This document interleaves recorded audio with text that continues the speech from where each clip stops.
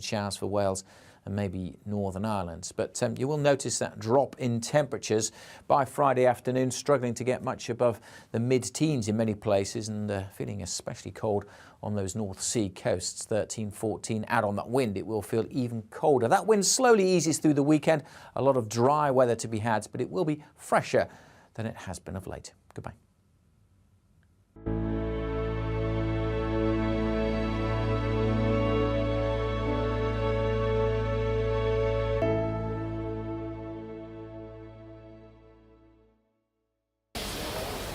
This is GB News. I'm Dan Wootton, live from Buckingham Palace, which the Queen today left one last time to begin her final public engagement. Her late Majesty was escorted by the King and her cherished family members to Westminster Hall, where she is now lying in state in a showcase of the pomp and pageantry she held so dear.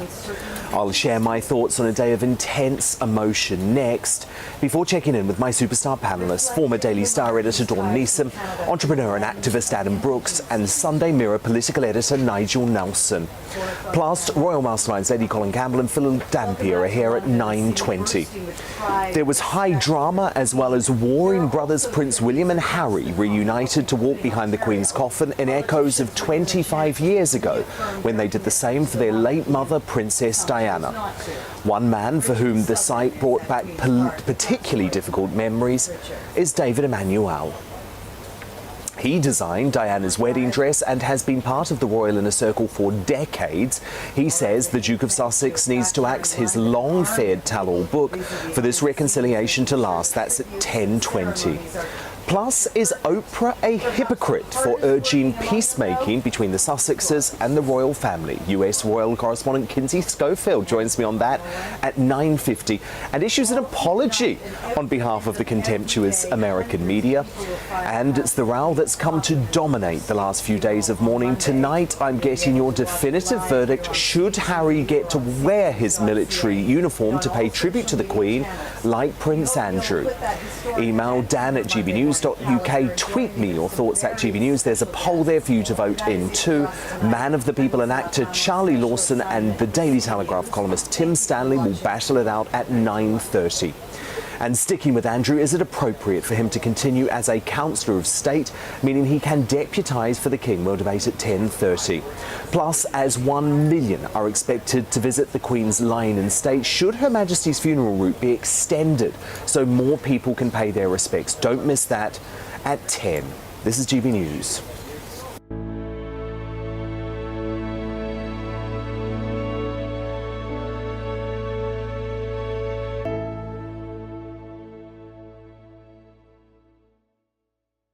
Now, after another historic day, our late Queen is now lying in state in Westminster Hall. Thousands of mourners have already paid their final respects, and hundreds of thousands more are expected over the next 4 days before the state funeral on Monday. I'm joined now by Royal Insider, Princess Diana's wedding dress designer, David Emmanuel. David, you also knew the Queen. Yes, I met her on several occasions. It was always a privilege, and it was always very exciting, and she had this innate glamour about her, and there was a frisson in the air. You knew that she was in the building, do you know what I mean?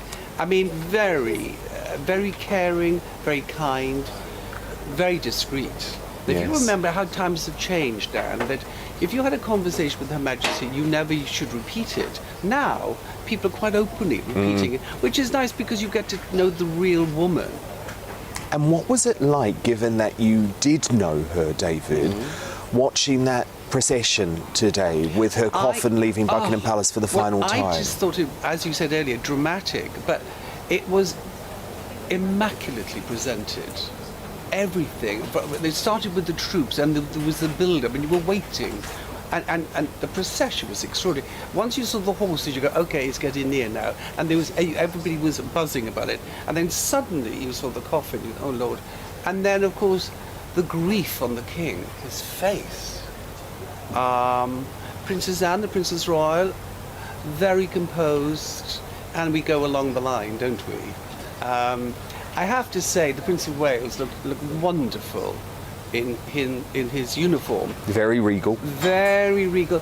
But then, of course, you get this instant clash. You've got the guys, the other two chaps in day suits, which is odd because, of course, they should have been in ceremonial outfits, uniforms. You know what I mean? But no. Was that the right decision? Because it's become a real debate, and actually, we're going to be asking our viewers what they think later on in the show. But do you think it's appropriate for Andrew and Harry to be in their morning suit? They've been stripped of their title. They've been stripped of all their decorations, right? Yes, of course, that they've got medals from the Queen for whatever. No, they're out of it, and they don't want to work. They're out of work royals. So to put them in uniform seems a bit fake to me. I mean, there's absolutely nothing wrong with the day suit, but it looked wrong in that procession. It looked odd, right? But immaculately done. The precision of the marching and everything. There wasn't one. I watched it on television, and there was not one thing out of place. Amazing, and the timing, and to get it to the hall on the right time, and. I have to say, actually, when the Queen's coffin came back to London from Scotland, coming down that aircraft ramp, jeepers, I mean, those guys, I mean, they must have been so anxious and nervous, but they did an amazing job. And we are known, aren't we, or applauded around the world because we know how to put on a show. And that was an immaculate show. Very proud. I think they look great. And speaking about putting on a show, I've actually today wanted to go and have a look at the incredible folk, the best of British, I think, who are in probably the biggest queue that we have ever seen. David, it was astonishing. There is a very respectful but positive atmosphere in the air. It's working. It is quite amazing, isn't it? The fact that all of these hundreds of thousands of people are getting together as one in order to see the Queen for a final time. Her Majesty the Queen. That's how the love spread across this country, around the world, let's be honest. But I had the pleasure of walking through the gardens here and passing all of the trees with the flowers around. Beautiful. And people somber, but not mindful. They were thinking of what they've seen, what's happened, and what they're going to see. I mean, it's going to be an amazing show. It is. Well, David Emmanuel, you're going to be with us for the night, live in Buckingham Palace, so we'll speak to you very soon, including, by the way, about what you make of the reunion between Harry and Meghan and William and Kate, which has been another big talking point, of course, so do stay with me, David. And we are here until 11 p.m. with all of the latest coverage as King and Country continue to mourn our late Queen. But to wrap up, another extraordinary day. The news headlines with Simon Pusey.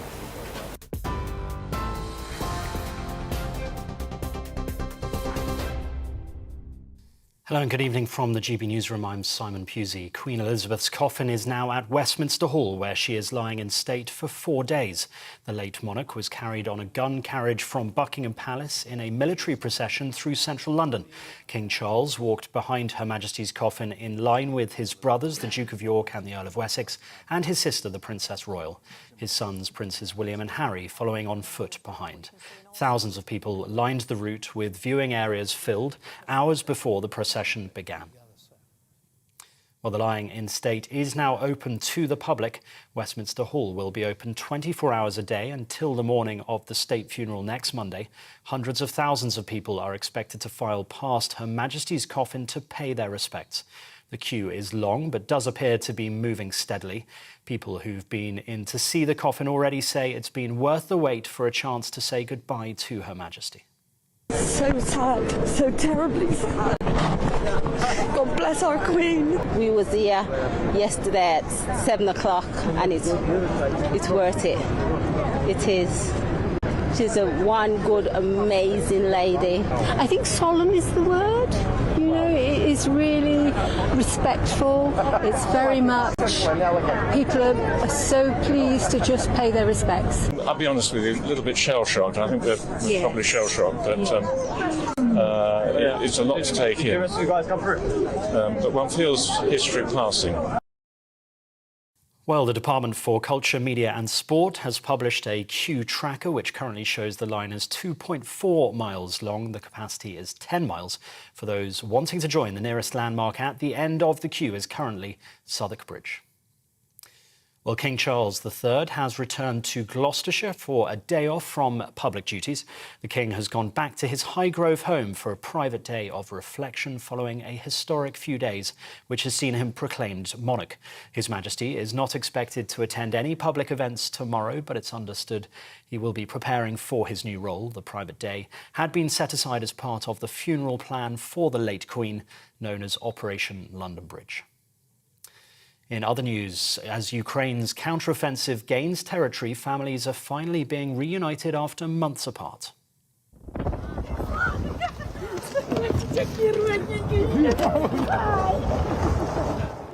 In the eastern Kharkiv region, the mother of a mayor jumped for joy when she saw her son, saying she knew he'd return home. The reunion happened in a village that's been recaptured by Ukraine near the Russian border. And the World Health Organization says the end of the COVID-19 pandemic is in sight. The WHO says the number of weekly reported deaths is the lowest since March 2020. According to the organization, the world has never been in a better position to end the pandemic, but says people shouldn't let their guard down just yet. This is GB News.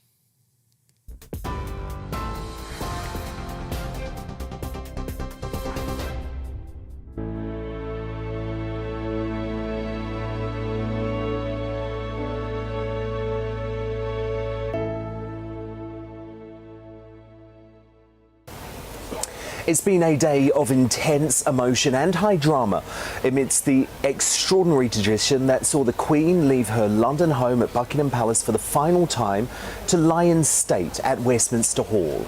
Hundreds of thousands packed the streets of the British capital to pay tribute, with many breaking tradition to offer a respectful applause to Her late Majesty.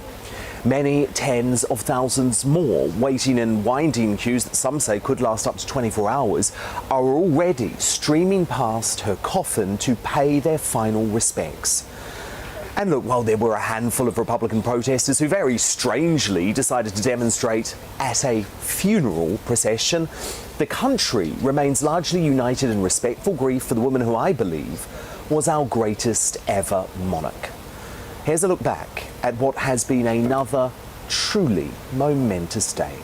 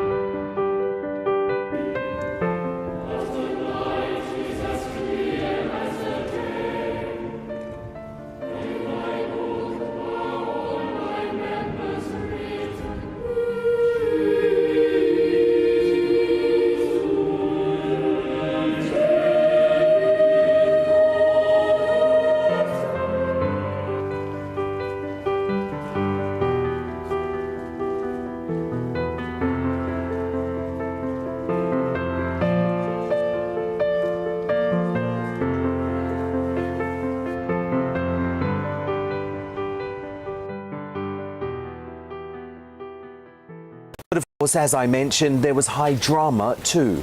William and Harry reunited to walk side by side in the procession, temporarily agreeing to forget the bitter feud that has torn their family apart over the past 3 years. It was significant progress since the funeral of Prince Philip last year, when their cousin Peter Phillips had to be positioned between the once close brothers.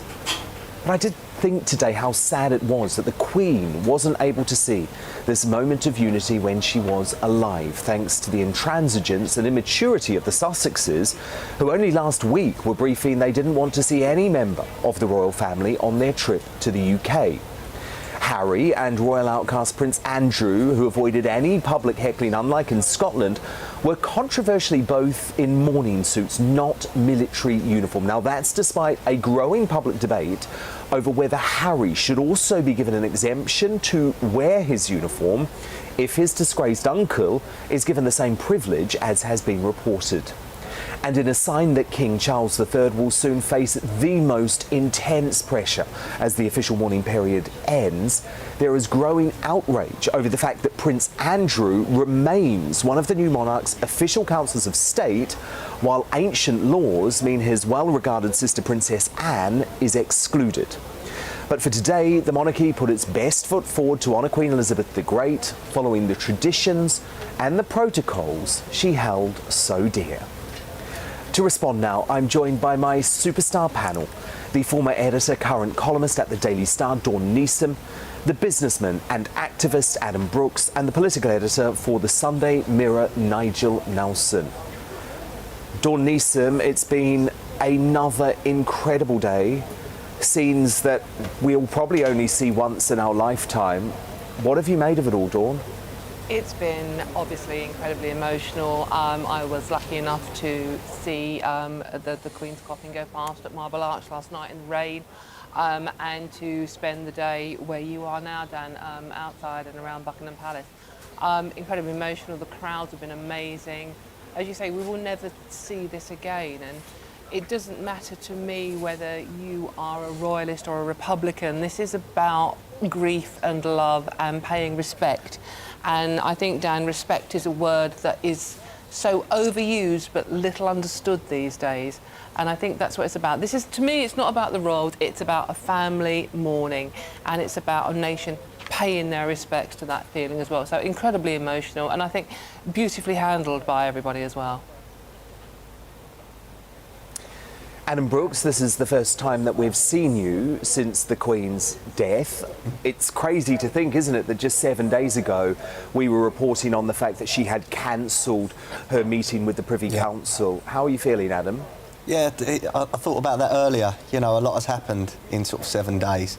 And again, I'll reiterate what Dawn has said. You know, this is almost like a unifying event in a very divided world.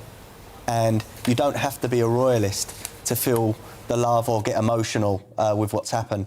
I took my 2 daughters and my wife to Buckingham Palace on Monday because I wanted them to be part of this historical time, and I think it also teach them to have respect. As Dawn mentioned, respect is lacking a lot these days, and it teaches kids as well, you know, what mourning is about. You know, we're all going to mourn throughout our lives, and kids, you know, need to know that and show respect. And I think it's something that they can tell their kids and their grandkids about. So, you know, I think we're showing the best of British here, and I think the world's eyes are on us.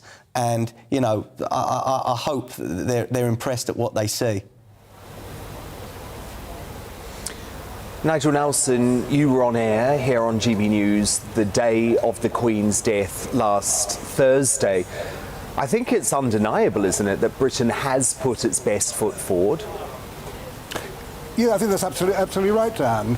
As Adam says, it was actually a great turnout today. I like the idea that the crowds could be both silent and cheering, whatever it was that actually, the way that they wanted to pay their respects. I think the army put on a magnificent show, but then again, the army are the Queen's soldiers, which is really important, and so they were doing the best for her. And the bit I think especially is those soldiers who carried the coffin into Westminster Hall, the huge responsibility those young men faced. I mean, they'll remember it for the rest of their lives, but I walked that route hundreds of times into Westminster Hall. I know the trip hazards that are there. They put some sand down to cover the cobbles, but you just hope that nothing would go wrong for them with the crown perched precariously on the top. And I just thought they just did a magnificent job. Agreed. Dawn Neeson, what do you make of the fact that Harry and Andrew were in mourning suits today?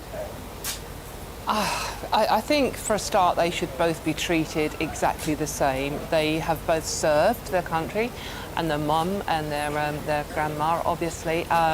They are both no longer working royals, so the same rules should certainly apply to both. And I think maybe I think we should have seen them in uniform today. I mean, regardless of what has happened recently with both of them, I think they did serve their country, they did their duty, so I think maybe both of them should have been uniform. But you can't have one without the other. That rule has to apply to both of them. I mean, otherwise it's completely unfair. But I think, you know, I mean, you know, you were talking just now about Princess Anne in your intro, Dan, and it's like, you know, Charles is king now. He can make the rules up. He says, and that goes. So he could say, right, okay, you're both in uniform, and he could make his sister one of his the councils as well. So I think, you know, I'd like to see them both in uniforms, but the same rule has to apply to both. Adam, what about you? Do you think they should have been military uniform? Because, of course, that would actually be against the law. They're not working royals. No, they're not. But again, as Dawn said, these are two people that put aside the controversy and what maybe we think about what they've done or what they haven't done. These people put their lives on the line for the country and the Queen, you know. So I believe they should be wearing the military uniform. I think that would have been the right thing to do. Nigel, what do you think? Well, I don't think they can, which is the whole point. Harry has been stripped of the 3 military honour titles that he had, and Andrew of all his 13. So neither of them are entitled to wear those uniforms. The difference slightly is because of is Andrew, because the one thing he did retain was Vice Admiral of the Navy, and from what we can gather, what will happen is he will wear that uniform when he mounts the vigil at the Lying in State, although probably not for the Queen's funeral. And that seems right to me. The trouble about this event is both a family event and a public event, and on the public side of it, royal protocol is the one thing that must be respected, and at the moment neither have the right to wear those uniforms that they could have done today. I mean, is anyone... Nigel Nelson, Dawn Neeson. Well, I think they would absolutely not be for it because there is protocol that has to be followed. But look, we're going to continue this debate throughout the show. Nigel Nelson, Adam Brooks, Dawn Neeson, my superstar panel, who are also with me all night as we continue our coverage, paying tribute to the remarkable life of Her late Majesty, Queen Elizabeth the Great. Breaking tonight, Prince Charles is to have a private day of reflection to grieve the Queen at his Highgrove home in Gloucestershire. Joining me now once again to react to that breaking development and today's procession where Her late Majesty left Buckingham Palace for the final time are my esteemed royal masterminds, Lady Colin Campbell and Phil Dampier. So Phil, we've just heard this news from King Charles. To be honest, Phil, I am so glad about this. I'm worried that King Charles has just worked himself into the ground over the past few days. He's grieving. As we discussed last night, he did have that very brief, short-tempered moment, which none of us think is a big deal, but I think it is a sign that this is a man who does have to look after himself. So I was actually very pleased to hear this news, Phil. Yeah, good evening, Dan. I think he and Camilla do actually deserve a well-deserved rest. They've reportedly gone back to Highgrove and possibly Camilla even going back to her own house, which she's retained in Laycock in Wiltshire, Raymill House, and possibly she might meet up with her son Tom and daughter Laura from her first marriage. And I think they need a break because I think the strain was starting to tell yesterday. I think what we're going to see tomorrow is the younger royals fanning out. Some of this is supposed to be embargo, but it seems to be all out there on social media. I think Princess Anne, who is not one of the younger royals, but she's going back up to Scotland with her husband, and William and Kate are possibly going up to Sandringham, and Edward and Sophie to Manchester. So I think they're going to be taking up some of the slack. And would you believe, Dan, in all this, I don't think anyone else has noticed this particularly, but tomorrow is Prince Harry's 38th birthday. So I'm not quite sure what he's going to do to celebrate with Meghan. Everyone else will be sort of leaving town, and I suppose they might just be kicking around Frogmore Cottage, blowing out the candles on his cake. But as you say, we saw them today. People were criticising them for holding hands. I think whatever they do, people are going to criticise them, and some people will praise them. But he must be starting to think about his family and how he's being received. And how the public's perceiving it. I would have thought suggestions that his book has been put off until next year. I don't know if that's true or not, but we wait to see. I certainly hope that's true. And Lady Colin Campbell, I want to get your reaction to that, shall we say, public display of affection by Prince Harry and Meghan in just a moment, because it has caused quite a lot of, shall we say, debate over the course of the past few hours.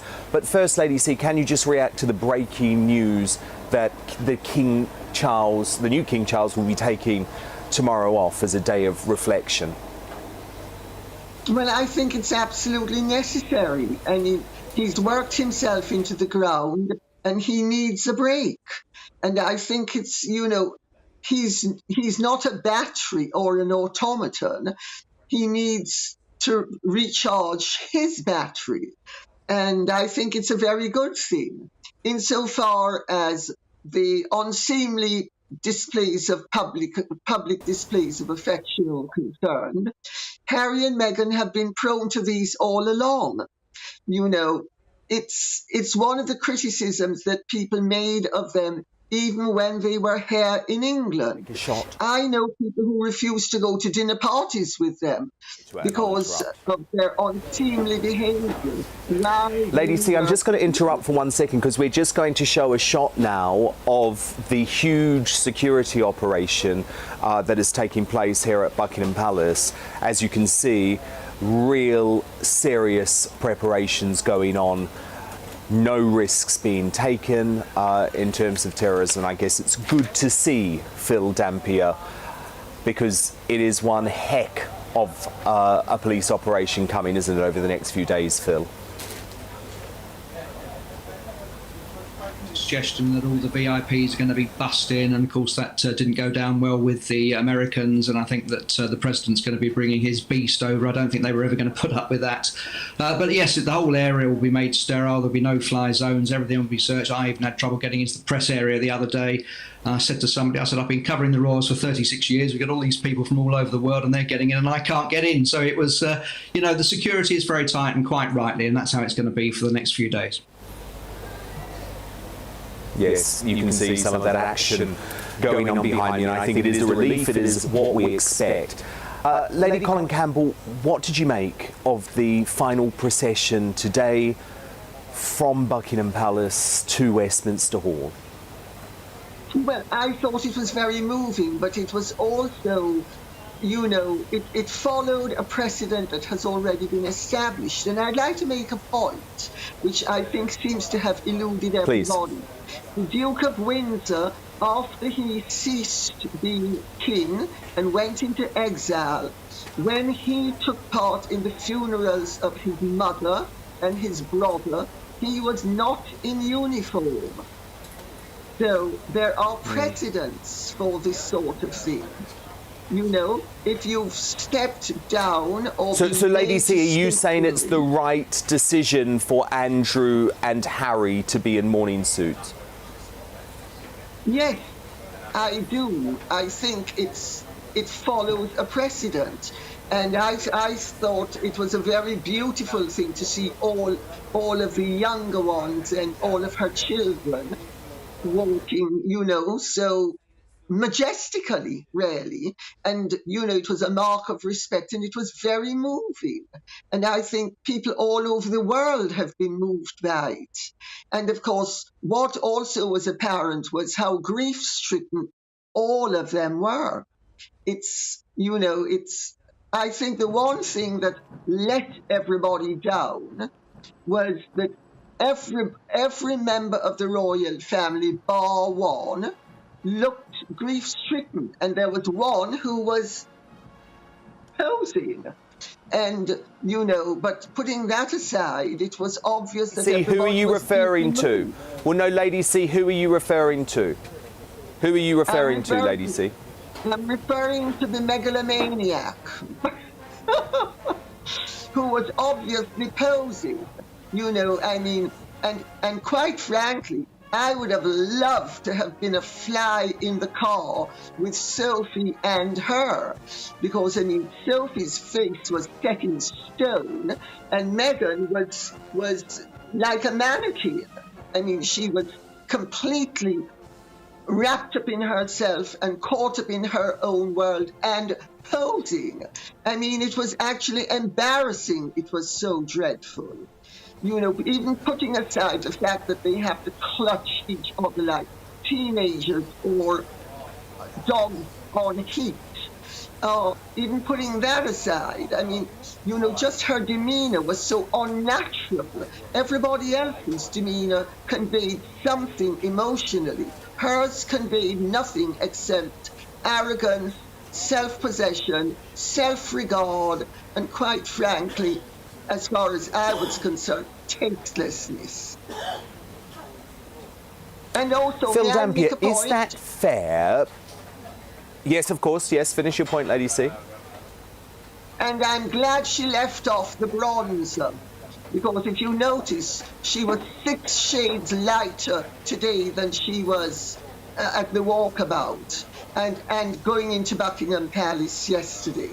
So I'm delighted that she left off the bronzer. Maybe she forgot that she was supposed to be catering to all of the anti-racists who are really proto-racists in America, who beat their drum and who I have to think are a total disgrace, especially at a time like this. I mean, the criticisms of the King and the rest of the royal family and the late Queen are just beyond appalling. Phil Dampier, is that fair? Because I want you to respond to a couple of those allegations that Lady C has made. Number one, I guess the point is, Meghan isn't going to be feeling the same grief as Sophie Wessex, because Sophie Wessex had become incredibly close to the late Queen over many, many years. In fact, the Queen viewed her almost as a second daughter. Meghan had really only had limited interactions with Her late Majesty the Queen. So that's the first thing. And Phil, is it fair to talk about Meghan's appearance, really? I mean, she is grieving too. Well, I just wish that Lady C would say what she really thinks. I mean, that's what concerns me. She doesn't really hold back enough. But anyway, no, in all seriousness, I tend to agree with some of what she says. We all know what's happened over the last couple of years. I mean, I think it was tragic that the Queen didn't get to know little Archie and little Lily a bit more. And I think really deeds rather than words are going to speak more in the next few months to see whether there's any attempt by Harry and Meghan to repair the damage. And is this all a show by them this week? We just don't know. But I think people are going to have their suspicions. But I mean, coming back to Harry and Andrew not wearing their military uniforms, I mean, it is an incredible irony that they are the only two who've actually served in action and both put their lives on the line, and yet they are the two not wearing military uniform, where Prince Edward quit the Marines after a few months and he's got all the medals and the regalia. So I think a lot of people are thinking that is a little bit unfair, and they did actually serve in war zones. So I think that's the one thing that people maybe do have some sympathy with them over. However, well, there's an irony there, I guess, Lady C, but the reality is, Lady C... Sorry? Yeah. No, and that's a fair point. And Lady C, I guess, well, I was just going to say, Lady C, the point is there is a consequence to leaving the royal family, to no longer being a working royal. And this is the consequence. It is a visual consequence, and Harry knew the consequences of that. And for Andrew, he's been punished, isn't he? That's the reality. He is being punished. And whether you think that's fair or not, that's what's happened. I agree, but also we need to make a point, which is that the Duke of Windsor, when he was Prince of Wales, he also served. No. He was you know, and he was stripped of his right to wear a uniform as well. So let's not forget that. And let's also not forget that Harry elected to stand down. Prince Andrew did not elect to stand down. His standing down was forced upon him. So there's a heck of a difference between somebody who decides they're going to turn their back on their duty and somebody who is forced to give up his treasured duty. There's a huge difference in the circumstances of where they came from and where they have ended up being. No, I understand what you're saying, Lady C. There is a historic precedent to all of that, and I think that was very important to point out. So thank you so much to our esteemed royal masterminds, Lady Colin Campbell and Phil Dampier. They will, of course, be back again tomorrow night as we continue our coverage of what is a historic moment for the royal family. Now, the procession of the Queen's coffin today thankfully went off without a hitch, in no small part to the huge security operation which is underway to ensure the next few days of mourning go smoothly. But with over 500 heads of state and dignitaries expected to attend the Queen's state funeral on Monday, the task of securing the capital city from any possible threat, including rogue protesters hoping to disrupt the procession, is no small task. Well, I'm joined now by our Home and Security Editor, Mark White, to give me more insight into the latest goings on behind the scenes in terms of the security operation. And Mark, to be honest, it's not behind the scenes here. I mean, we've literally just seen a big operation of police sweeping this area outside Buckingham Palace, what presumably are checking for bombs. Looking for explosives, looking for weapons. It's the second time in as many days that we've had these specialist officers conducting these sweeps, and they're doing them here, other parts around Buckingham Palace, but other areas right up to Westminster Hall, Westminster Abbey, everywhere where people are going to gather and where dignitaries are going to come as well. There is, as you say, it's a mammoth operation involving 10,000 police officers a day. They'll be supplemented by some 1,500 members of the armed services as well, who will also be involved in the operation. And these heads of state who are going to come across, the police are going to have to adopt a system called podding. So you would expect a head of state to have their own motorcade to come down to the Abbey, but 500 heads of state and their spouses, they can't do that. So they are put on board buses effectively. There'll be armed police on the buses. The buses will be escorted in. That's everyone except, of course, the President of the United States. He has special dispensation to bring over the Beast, that massive, great big armoured car of his, and a convoy of probably about 20 vehicles, because that's just the way the Americans always operate. Because, Mark, we've never seen anything quite like this before, have we? Because it's the collision of all of the different things going on at the same time. I understand Princess Diana's funeral was obviously unprecedented, not planned for. Then there was a bit of preparation for the Queen Mother's funeral, but of course it didn't have the same number of dignitaries, it didn't have the same number of people on the street, and I think what a lot of people haven't factored in is the fact that there are the hundreds of thousands of people queuing to go and see the Queen, and that all has to be taken care of as well. I've just been down there earlier tonight and there is a huge police presence at Westminster Hall. There's a lot of factors converging that make the coming days very tricky indeed as a security operation, and that's why there are just so many members of the police and security services involved in this. Of course, when the heads of state come, that is going to be a very significant and concerning operation in itself. If you're involved in that, just making sure that everything goes off without a hitch. But you're right in saying that even before that, so many people are coming to the capital. We've got key days like today where hundreds of thousands of people right across the capital were involved in some capacity in trying to get here to see what was going on from Buckingham Palace up to Westminster Hall, and now the queues.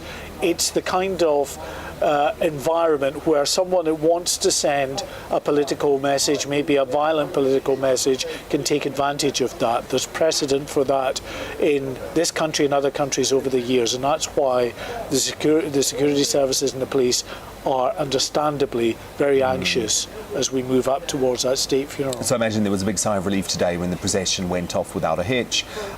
Small group of Republican protesters, of course, that's their right. We did have the Just Stop Oil protesters, which I'm going to be showing later in the show. I mean, to me, they're not protesting, Mark, they're committing criminal damage as eco-terrorists, but at least it was out of the capital, I guess. Yeah, I mean, the thing is, you're going to get a reaction, though, from the police and the security services if something like this happens, because they just don't, these things are always sudden. Anything that becomes a violent attack is very sudden, and the police have a very limited time to react. And if suddenly a group of people just converge onto a roadway in front of VIPs, then there will be a reaction. We have to hope that it is the odd lone individual that wants to make a statement and gets dragged away. But in the current climate, we know, of course, the history we've had, particularly of Islamic extremism, and the propensity for now lone actors, individuals, to take instructions from those far away over the internet usually, who need do nothing more than arming themselves with a knife and then doing something very harmful to those around them. That is a big concern, because with all the thousands of people that line these routes, Dan, the police can't search them. They can search those who are going into Westminster Hall. They've got airport-style security measures there to ensure that no one goes in there with liquids or any weapons. You can't do that with thousands and thousands of people on the street. No, indeed. Mark White, our Home and Security Editor, thank you so much, Mark. We'll keep in touch, of course, over the next few days. Now, the debate that has gripped the country during the period of national mourning has been whether Princes Andrew and Harry should be able to wear military uniform during ceremonies honouring the Queen. Only working royals are permitted to don military garb, but an exception has been made for the Duke of York, who will reportedly wear a uniform as a, quote, special mark of respect for the Queen when he stands guard around her column during the final vigil, which is believed to be on Friday. However, Harry has not been afforded the same concession and has conceded he will instead wear a mourning suit for the events surrounding the Queen's passing, including her state funeral on Monday. Well, the Daily Mail's diary editor, Richard Eden, told the Palace Confidential talk show that he believes the King's overall decision to ban them from wearing uniforms was the right one. Look, the two members of the royal family who saw active service was Prince Andrew, who was very brave during the Falklands conflict. Yeah. He flew decoy missions, which are some of the most dangerous missions of the war. And then Prince Harry, who had 2 tours of duty in Afghanistan. So both of them have the greatest right to wear uniform, but they gave that up. Unfortunately, you can't have it both ways. So it was the right decision by the King. But royal opinion writer for the Daily Express, Angela Epstein, believes the ban is petty protocol. She wrote, not allowing Harry to wear military attire on Monday will mark him indelibly as the outsider, when really, during these days of sorrow and reflection, what this troubled young man needs is a light to lead him back home. So what do you think?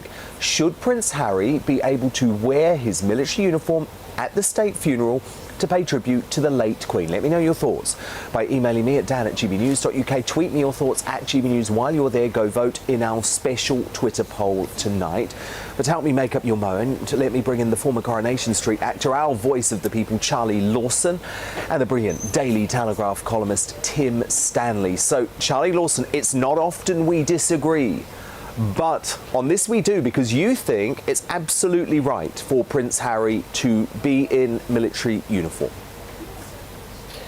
Yes, I should say, Dan, that, evening, Tim. I should say that I did phone up some veteran friends of mine and asked them the question, because I kind of thought to myself, well, how dare I sort of give a definitive answer? So I did speak to 3 friends from the Royal Irish Regiment and an ex-Royal Marine, and they were all of the same belief that certainly Harry, I mean, it does divide opinions, and that's a kind of another tabloidy story, but the veterans I spoke to all felt strongly that Harry done 2 tours of Afghanistan, led his men. I'm not sure how far up the pointed end, but certainly 2 tours of duty, and led his men, and therefore should be allowed to wear his dress uniform. And especially they were pointed out, you know, that Prince Edward had failed, you know, the Royal Marines test, etc., etc. Look, I understand the rules and I understand the protocol, but I would tend to always side with veterans and what they feel, and they're telling me that they feel this is wrong. I mean, unfortunately, they do say, and this is from the horse's mouth, that the Duke of York was the Colonel-in-Chief of the Royal Irish Regiment, and he was booted out unceremoniously in January this year, I think it was. And their reasons are too blunt for me to say, and too disrespectful to say on this programme, but I think you'll catch my drift of what they felt about that. You don't hand 12 million quid over, blah, blah, blah, etc., etc. But let's not go down that road tonight. No, fair enough. Charlie, I do understand what you're saying. Tim Stanley, you come at this from a different angle. You're not critical of how Prince Harry has acted this week, and in fact, you say he has been very respectful, but you think it's important that the traditions and protocols are followed, and that's why you don't want him in military uniform. Is that right? This isn't personal, and that's the nature of protocol. It's not personal. It neither discriminates against someone, nor does it favour someone. And the protocol, generally speaking, is that veterans do not wear the uniform, except for certain special occasions, and if they are working royals. Well, because of his current status, Harry is not a working royal. An exception is going to be made for Andrew when he posts vigil in Westminster Hall.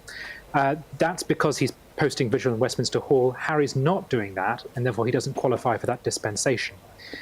The point is that we've seen in the last few days an extraordinary celebration of tradition.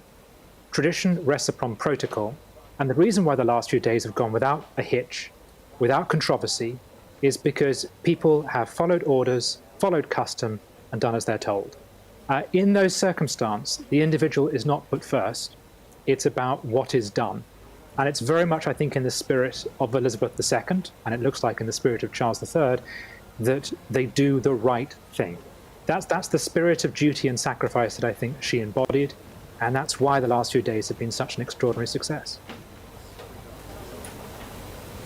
Tim, I absolutely understand what you're saying, but can I just play devil's advocate and put it to you that, in fact, after the funeral of Princess Diana, there were a whole load of, before the funeral of Princess Diana, there were a whole load of royal protocols that were thrown out of the window, and actually, that turned out to be a positive thing for the royal family.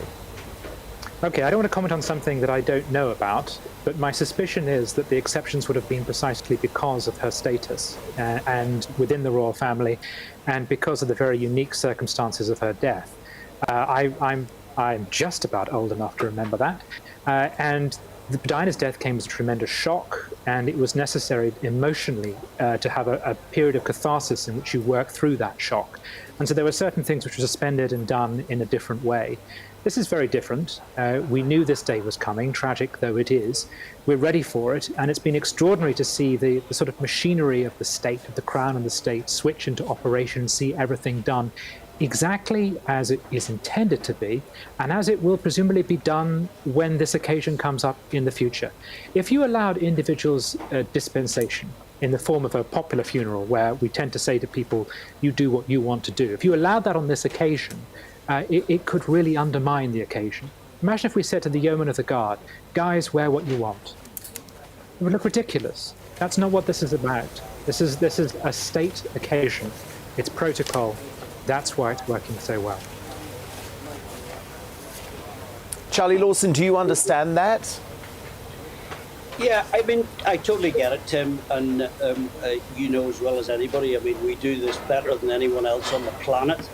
And always have done, and we respect traditions and we respect protocol, and that's why I felt it my duty to ask the veterans that I knew very well, and I'm merely conveying their opinion, which happens to be against this protocol. But I totally get where Tim is coming from, and I mean, today when those fellas carried the coffin into Westminster Hall, that when the Queen died, I mean, that was, we're fairly stoical back here in Northern Ireland, but we were very upset. And but then I gathered myself together over the last few days. But today, watching those boys carry the coffin into Westminster Hall, I'm afraid I was in bits. But I totally get the, I totally understand, Tim, and I'm sure veterans would understand that too. I'm just, conveying what they said to me.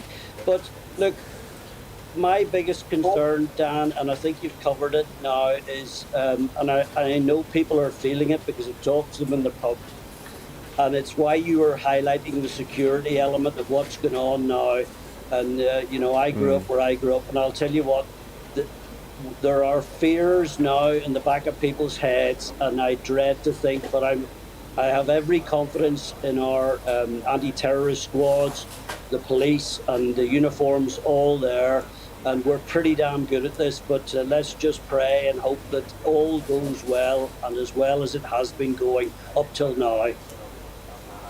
Well, indeed. Indeed. And look, Charlie, let me just tell you, the moment that you were speaking, we can't see it because it's on the other side of this camera, but the anti-terror police were again just where our studio is with sniffer dogs. So they are taking this very, very seriously. And of course, we do hope and pray that the next few days goes off without a hitch. Thank you so much to former Coronation Street actor, our voice of the people, Charlie Lawson, and the brilliant columnist and leader writer for the Daily Telegraph, Tim Stanley. But of course, I want to get your thoughts on this big issue that is dividing the nation today. Should Prince Harry be able to wear his military uniform? Well, Sean via Twitter says, if Andrew does wear the military uniform, then Harry should. So very simple to him. From Elizabeth, Harry did 2 tours of Afghanistan. That should never be taken away from him. He should be thanked for his duty. And from Nina, I have huge respect for Prince Harry and for his service, but he has given up his honorary military appointments. Aside from a very few exceptions, veterans in this country do not wear their military uniforms once they stop serving, so no, he shouldn't. And your verdict is now in. Well, it's very clear we are a divided nation on this one, and I've been picking that up throughout the day. 47% of you think Prince Harry should be able to wear his military uniform. 53% of you say he shouldn't, and tradition should be followed. Now, it's not just here at Buckingham Palace where the crowds are gathering. People are marking what has been a very poignant few days all over the country, including in Wakefield, where our Yorkshire and Humber reporter Anna Riley joins me now live. Anna? Good evening, Dan. Yes, people have been gathered here from this afternoon in the pub. They were watching the lying in state procession, and it was that quiet you could really just hear a pin drop. People were watching the procession and you could just see how touched they were. And I've been speaking to people here in Wakefield throughout the day. It's a place that the Queen's visited multiple times before, and they just said how touched they were by her presence, the people that met her when they'd visited here, and they said how saddened they were at her loss. Some people compared it to losing a family member and saying it was like losing a grandmother for them. So it's something that they're very sad about, and it's something actually that's brought people together here. It's a difficult time for a lot of people with the cost of living crisis and other pressures, but it's something that's actually brought people together. They're saying they've felt a renewed sense of a community in the way through this loss, coming together to grieve. And for the next 5 days, obviously people can go and visit in Westminster, but people here will be making their own tributes as well that can't visit, and they've told me that they will certainly be watching the funeral on Monday as well and paying their respects that way, either by coming together in pubs like this one or in community centres, as well as watching at home. No, Anna Riley, you're very right, and it's so important, and of course we're going to do this on GB News, that we reflect that this is not a London event, even though the funeral is being held here now. Folk in all parts of the country, all 4 nations, all of the cities are celebrating. So Anna Riley, thank you so much. Now, one of the most surprising voices encouraging the reconciliation between the new Prince and Princess of Wales and the Sussexes, which we saw on display again today as the estranged brothers escorted the Queen's coffin to Westminster Hall, was the US TV mogul Oprah Winfrey. Here's what she had to say. Well, this is what I think. I think in all families, you know, my father passed recently this summer, and when all families come together for a common ceremony, the ritual of, you know, burying your dead, there's an opportunity for peacemaking. And hopefully there will be that. As you'd expect, Oprah has come under fire for the comments given her bombshell interview with the Sussexes a mere 18 months ago, in which she allowed Harry and Meghan to accuse a member of the royal family of racism unchallenged, widened the gulf between the brothers and further fractured the monarchy. So does Oprah deserve to be accused of hypocrisy for her appeal to peace? Well, here to give her thoughts on what is a growing story with a heck of a lot of backlash from Brits against Oprah, our US royal commentator Kinsey Schofield. Kinsey, what did you make of these comments from Ms. Winfrey? It's not just this extra interview. She also did a sit-down with Gayle King on the CBS Morning Show, and they both tried to distance themselves from this chaos. They both, we didn't mean it to be a bombshell interview. First of all, I'd say forgiveness is very important, and I would love for somebody to pick up the phone and call Thomas Markle, because I'm sure that he misses his daughter and would love to get to know his grandchildren. Second of all, Oprah is invested in this couple. Oprah is invested in the Sussexes. She needs them to succeed. They share producers. You can look at the roster on Meghan's podcast. It's important for Oprah that the Sussexes can continue to ride this royal wave.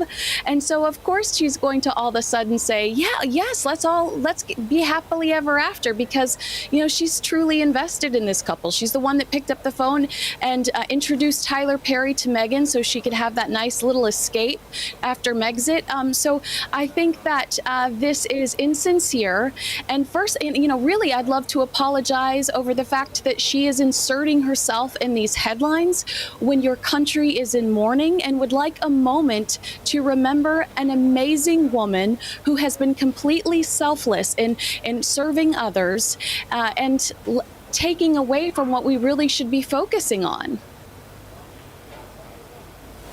Well, thank you so much, Kinsey. We will accept that apology, but to be honest, the apology really should come from Oprah to the British people, because she caused huge consternation and upset and aggro for both Prince Philip in his final days and the Queen in her final days by not doing her due diligence. It's not, Kinsey, that I think she shouldn't have done the interview. Of course she should have done the interview, but the point of an interview is to work out whether what you're being told is true or not. And she didn't do that once. So what's been going down on this interview between Gayle and Oprah on CBS, Kinsey? Because to me, that smacks of these two cashing in on the royal family's grief once more. Yeah, a ton of backlash on social media, and you are seeing what's been cut on social media is actually videos of what they are saying now, which is bombshell. I never meant for it to be a bombshell. And then the way that CBS marketed this interview with all of their anchors and presenters saying bombshell interview, explosive interview. It's just the hypocrisy. We have receipts, Stan. Do they forget that the internet exists? Also, I wanted to stress, Oprah says she does not get into anybody's family business in this interview with Gayle King. Now, Monique is an award-winning actress here in the States. She would love to argue with Oprah about that. Oprah invited her brother, who molested her, on her talk show. Monique asked her not to include her family. Oprah went ahead and did this. Now, this was a huge row for years over Oprah inviting Monique's family on her talk show to discuss a private, personal, embarrassing story. There's another example of Oprah getting into somebody's family business. My friend Adam Glenn interviewed Oprah on the streets of New York, January 2020, where Oprah discusses Megxit, takes up for Harry and Meghan, and accuses the palace of lying. That's another example of Oprah getting into personal family business. So it's just, we see you. You don't have to lie to us. In fact, you don't even have to comment on it. It's okay to be quiet right now, Oprah. It's okay. So yeah, it's a little bit rich, isn't it? It's a little bit rich for her to now all of a sudden say, oh, I hope this is a moment of peace. And the problem is, Kinsey, and this is why there is so much reluctance within the royal family to spend too much time with Harry and Meghan. They are acutely conscious of the fact that it's very likely that once the Sussexes return to America, there will be another bombshell interview, another leak to Gayle King or CBS or that odd little bloke Omid Scobie, and the whole circle goes on again all at the expense of the grace and the dignity and the respect of the British monarchy. Amen. No, I think that they continue to jeopardize the monarchy. And I think that I'm hoping that somebody like the Princess Royal will have a come to Jesus with these two and set them straight. That is I go to sleep at night imagining the Princess Royal saying, I need to have a minute.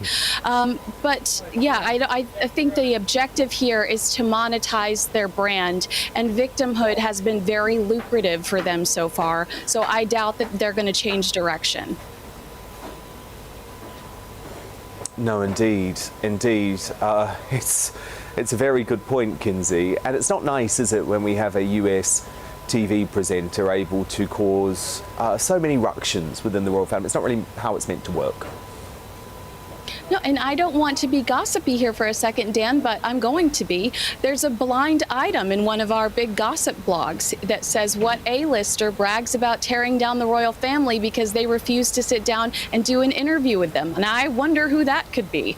I mean, Fergie is the only other royal that has sat down with Oprah. But remember, Oprah did try to court Diana. They had lunch together at Kensington Palace.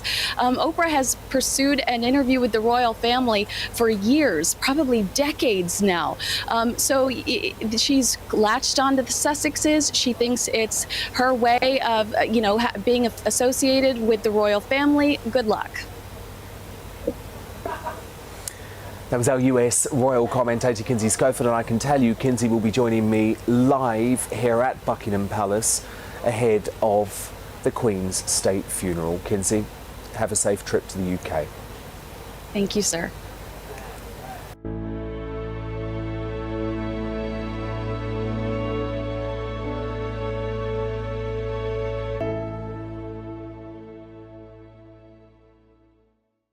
This is GB News. I'm Dan Wootton, live from Buckingham Palace. It was Her Majesty's main home, of course, which today she left for the final time. Escorted by her beloved family members, tonight she prepares to meet up to 1 million of her loyal subjects at her lying-in state. The procession to Westminster Hall was full of pomp and ceremony and also drama, as warring brothers Prince William and Harry walked behind their grandmother's coffin, as they did for their mum 25 years ago. Coming up, the man who was intrinsic to one of the other biggest events in the monarchy's history, David Emmanuel, Princess Diana's wedding dress designer, of course a member of the royal inner circle. He's going to urge Harry to axe that bombshell book that threatens to tear apart this fragile truce. He joins me live here at Buckingham Palace in just a few moments' time. As the first of up to 1 million mourners pay their respects to Her Majesty, and more perhaps questionable closures, including McDonald's, are announced for the day of this Queen's state funeral, should the funeral route be extended so more people can pay their respects? I'm going to debate that next with my superstar panel, former Daily Star editor Jordan Neeson, the Sunday Mirror political editor Nigel Nelson, and the entrepreneur and activist Adam Brooks, who's come under fire, by the way, for vowing to keep his own pub open on Monday. Plus, is it appropriate for Prince Andrew to continue as a Councillor of State, meaning he can deputise for King Charles? We're going to debate that at 10:30. And columnist extraordinaire Rod Liddle returns for the first time since Her late Majesty's passing. We'll break down this momentous time for the country in trademark fashion before the end of the show. But before all of that, here are the latest headlines with Simon Pusey.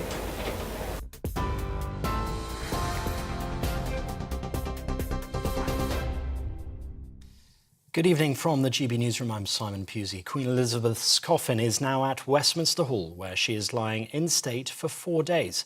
The late monarch was carried on a gun carriage from Buckingham Palace in a military procession through central London. King Charles walked behind Her Majesty's coffin in line with his brothers, the Duke of York and the Earl of Wessex, and his sister, the Princess Royal. His sons, Princes William and Harry, followed on foot behind. Thousands of people lined the route, with viewing areas filled hours before the procession began. Well, the lying-in state is now open to the public. Westminster Hall will be open 24 hours a day until the morning of the state funeral next Monday. Hundreds of thousands of people are expected to file past Her Majesty's coffin to pay their respects.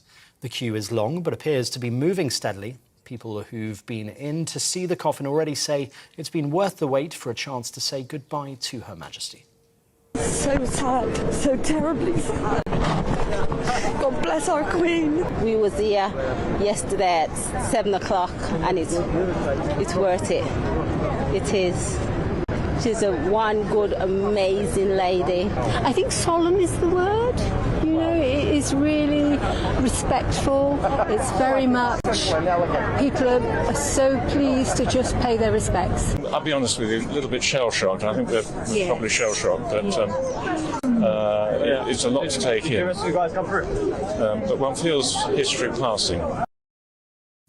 Well, the Department for Culture, Media and Sport has published a queue tracker which currently shows the line is 2.4 miles long. The capacity is 10 miles, and for those wanting to join, the nearest landmark at the end of the queue is currently Southwark Bridge. Well, King Charles III has returned to Gloucestershire for a day off from public duties. The King has gone back to his Highgrove home for a private day of reflection following a historic few days which has seen him proclaimed monarch. His Majesty is not expected to attend any public events tomorrow, but it's understood he'll be preparing for his new role. The private day had been set aside as part of the funeral plan for the late Queen, known as Operation London Bridge. In other news, as Ukraine's counter-offensive gains territory, families are finally being reunited after months apart.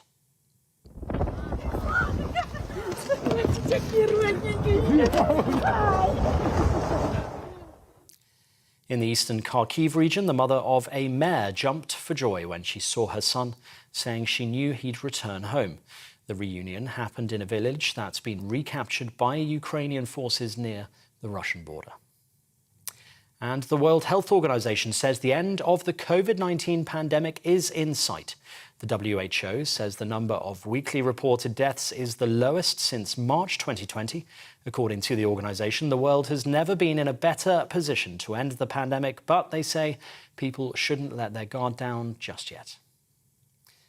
This is GB News.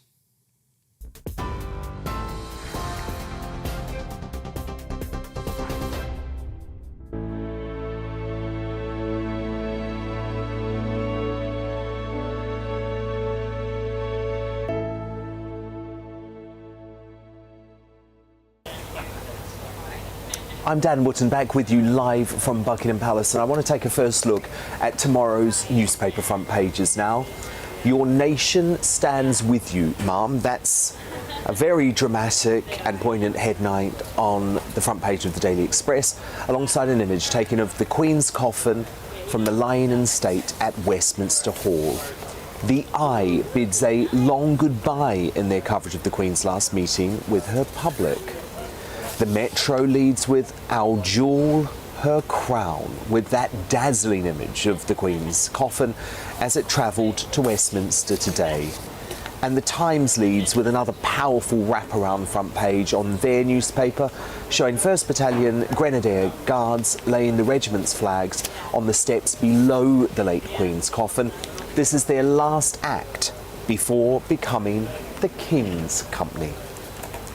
Let me welcome back now my superstar panel, former editor, current columnist at the Daily Star, Dawn Neeson, the businessman and activist Adam Brooks, and political editor for the Sunday Mirror, Nigel Nelson. Great to have you all. Now, debate is raging over planned closures and cancellations across the country as the nation prepares to shut down to mark the funeral of Queen Elizabeth II.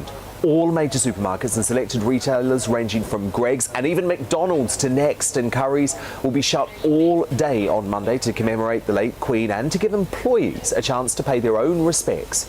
NHS operations and appointments, bin collections, driving tests and cinemas are among the other businesses and services which will be halted for the bank holiday, causing quite a lot of consternation actually among the public. Flights from Heathrow will also be disrupted over coming days as some planes are grounded by airport bosses to ensure there's no noise from aircraft during events over the next few days. One industry that is likely to stay open, though, is hospitality. And actually, my panellist Adam Brooks has found himself in the centre of a Twitter storm after he defended pubs' rights to stay open for the funeral. Responding to, I think, the frankly unwarranted backlash, Adam tweeted, "We aren't profiteering on her death. We are opening on a day we normally would. We are providing work for people that need the money. We are also trying to provide for our own families and pay extortionate bills at this time." But I must say the unwavering determination of the British people to pay their respects to the late Queen has been remarkable to witness, and the monumental scale of the country's devotion to our greatest ever monarch has been laid bare by the vast 10-mile queue infrastructure that's in place for the Queen's lying in state. But with millions of people, or at least hundreds of thousands of people coming from all over the United Kingdom and indeed the globe to pay their respects, should the funeral route from Westminster Abbey to Windsor be extended? Well, that's the call from royal biographer Robert Hardman, who believes the long walk to Windsor Castle with a potential capacity of 200,000 people should be used for the historic occasion. He's actually written in the Daily Mail, the scenes playing out daily from the country lanes of Aberdeenshire to the Mall in London are a reflection of the visceral urge felt by millions to pay their respects to someone whose sudden absence has left us reeling. Why not take the coffin on a longer route encompassing all 3 miles of the long walk so that many times the number can be accommodated? So lots to pick over there, Dawn Neeson. Let's kick off with that call from Robert Hardman. Do you think the Queen's funeral procession route on Monday should be extended, Dawn? Yeah, I mean, whether it's up to the royal family, obviously. I would love to see it. And you know what I think would be a really good idea is like we did with Churchill's funeral, that the procession went down the Thames on a boat so people could line the banks and have a proper send-off that way. And that's why everybody who could sort of like, who wanted to say, you know, pay their final respects would be allowed to do so. I think, you know, that the long walk at Windsor is a great idea as well. But I think a boat down the Thames would be a really fitting tribute. Remember, she did that for a Platinum Jubilee as well, didn't she? Oh, not Platinum Jubilee, previous Jubilee. She was on a boat with Philip standing by her side. So I think it'd be a lovely reminder of that and their relationship, and we'd all get a chance to pay our final respects. The problem is, Nigel Nelson, is that this is a logistical...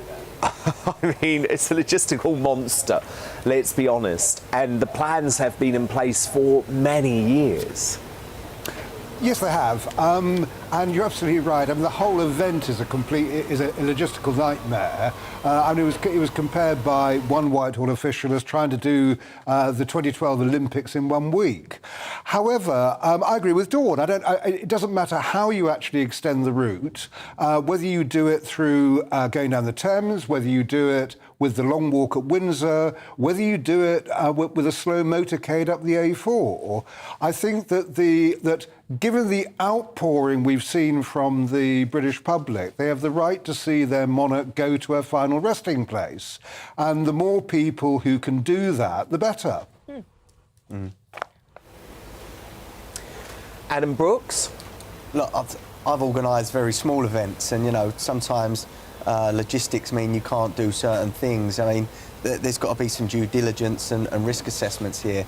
We've already seen the police are sweeping bushes, and, you know, it would take far too much now, in my opinion, to do that. And just, you know, what would happen if a terrorist did actually creep in on that extended route now, or a protester? It could ruin the whole day, and it could put people in danger. You know, I think we'd all love that, but I just cannot see how a decision like that could be made at this late stage.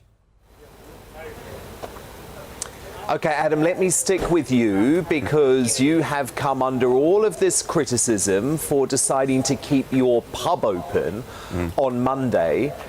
At the same time, there's also lots of criticism of the businesses that are going to close. I mean, a country without McDonald's on Monday, at least until 5 p.m. Until 5 p.m. Adam, tell me about what you've been going through, and how did you make this decision to stay open on Monday? Look, the Great British Pub, I'm going to sell it because I'm a publican, but the Great British Pub is known abroad as British heritage. You know, the Americans think of the royal family first, and then they think of the British pub. You know, it's an institution. We've thrown Jubilee parties. You know, I've thrown parties for Kate and William's wedding and Harry and Meghan's party. You know, so why should we not join the country and unite the country as well? For people, maybe a lot of elderly people don't want to be at home on that day. It's their only social interaction to go down the pub. And, you know, let's also not forget that pubs also need this income. You know, we've had 2 or 3 years of COVID restrictions and everything. Inflation, the energy crisis could wipe out half my colleagues in the industry. You know, let's you know, support our locals. Let's all come together. You know, and if you've got a local that's struggling, maybe go and watch the funeral there if they're open. You know, this call that we should shut and everything should shut. You know, the Queen always said, keep calm and carry on. I don't think a lot of these businesses are keeping calm and carrying on. I think, you know, there needs to be a sense of perspective here. She was a 96-year-old woman that many want to celebrate, not mourn. And I feel like, you know, the British pub could be really at the centre of this on Monday and should be sort of encouraged, personally. Yeah, Dawn, I think we need pubs open on Monday, don't we? I mean, we need to be able to gather together to watch the funeral on big screens. Not everyone is going to be able to get to London.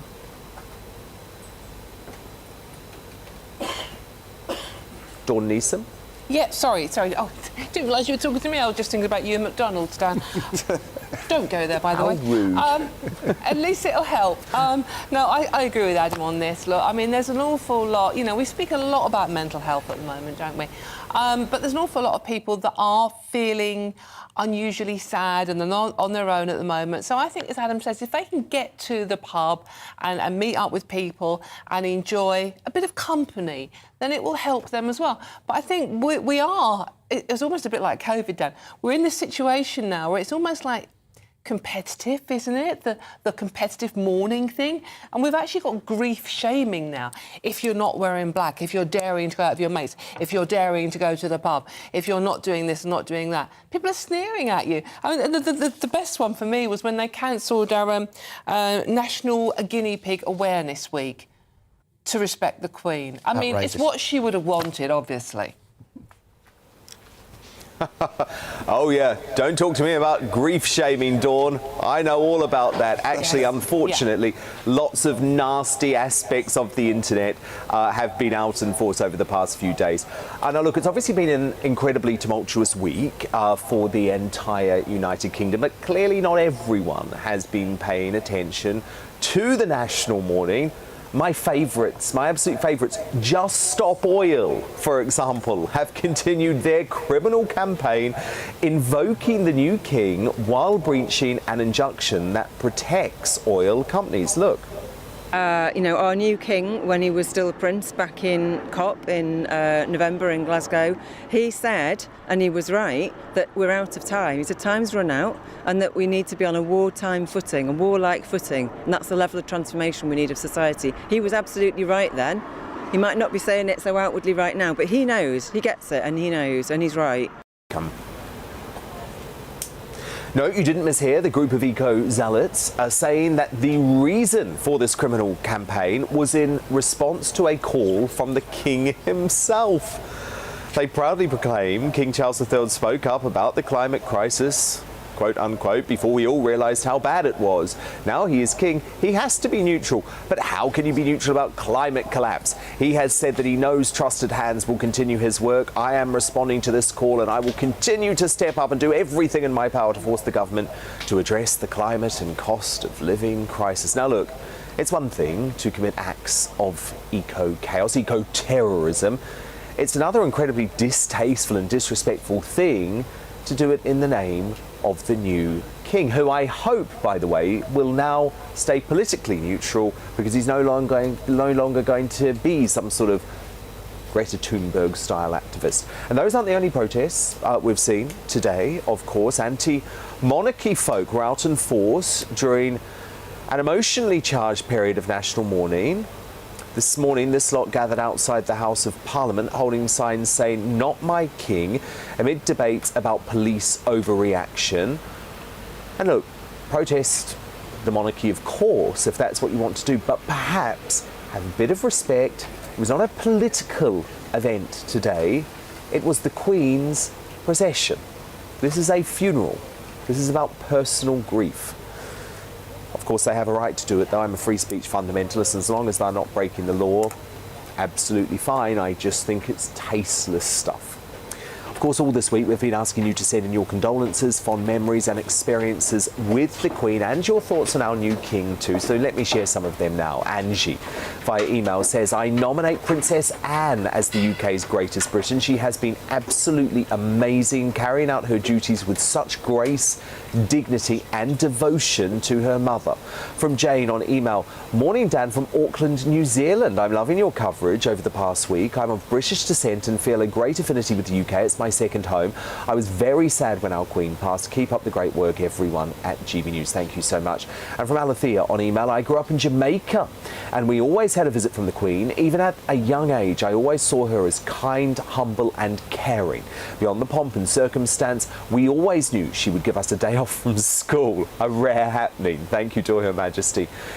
And she is resting in peace. So look, keep your thoughts and your feelings on this occasion, both on email, coming in, dan@gbnews.uk, plus we've got our GB News Twitter account too, @GBNews. But moving on, after their shock reconciliation receiving floral tributes outside Windsor Castle on Saturday, Prince William and Prince Harry were once again seen together in public as they today followed their grandmother's, the late Queen's coffin, down the Mall from Buckingham Palace to Westminster. It was, of course, a heartbreaking reminder of nearly 25 years ago when at age 15 and 12 they walked behind their own mother's coffin at Princess Diana's funeral. Now, one man for whom that day was particularly emotional was David Emmanuel, who, of course, designed the People's Princess's wedding dress and also met Her Majesty, the late Her Majesty the Queen, on multiple occasions.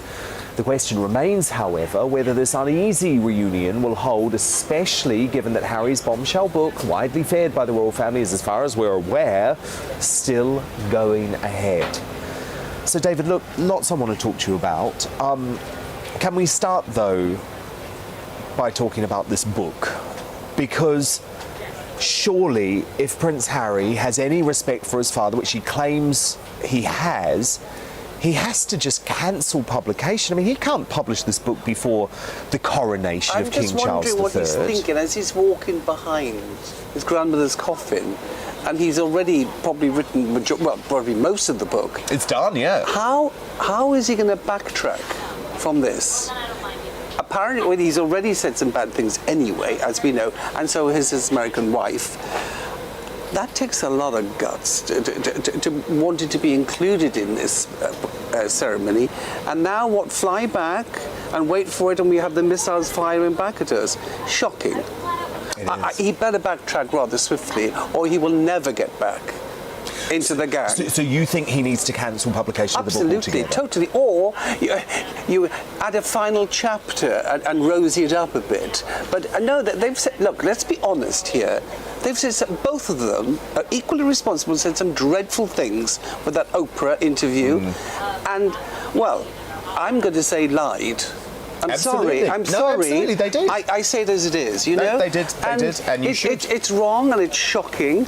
I mean, and, you know, the King has handed out, you know, kindness. Incorporate, and of course they should be there because they're family, but you better behave after this because really it's shocking. And look, David, you say that as someone who was obviously incredibly close to Princess Diana. You were there before her wedding, so I presume you must have a lot of affection for Harry because he is the son of your friend. Look, I remember doing fittings at Kensington Palace and they're running around, all these kids. And I said, what's that noise? And she goes, sorry, it's the boys. And they were galloping upstairs, you know, across the bedrooms. But, you know, my heart goes out to them in a way. But, you know, if their mother, if Diana was alive, none of this, I totally believe none of this would have ever happened. She wouldn't have allowed the feud between William and Harry? No, she'd have sorted it out. How do you think she would have sorted it out? She'd have sat them down and give a good talking to. She was a very bright, very intelligent woman, and she had a lot of grace, but sympathy. Look, the world adored her. Why? Because she was compassionate and she cared. And, you know, these are her children.